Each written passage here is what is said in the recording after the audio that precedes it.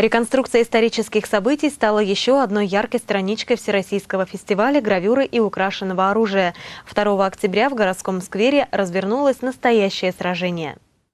Горожане и гости нашего города стали свидетелями боев белочехов и бойцов Красной Армии. Небольшой городской сквер переходил от красных к белым несколько раз.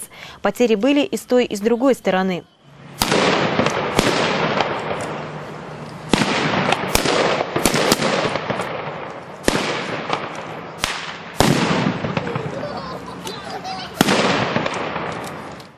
События Великой Отечественной войны также развернулись в городском сквере. Достоверность сражениям 40-х годов придали знаменитые златоустовские черные ножи.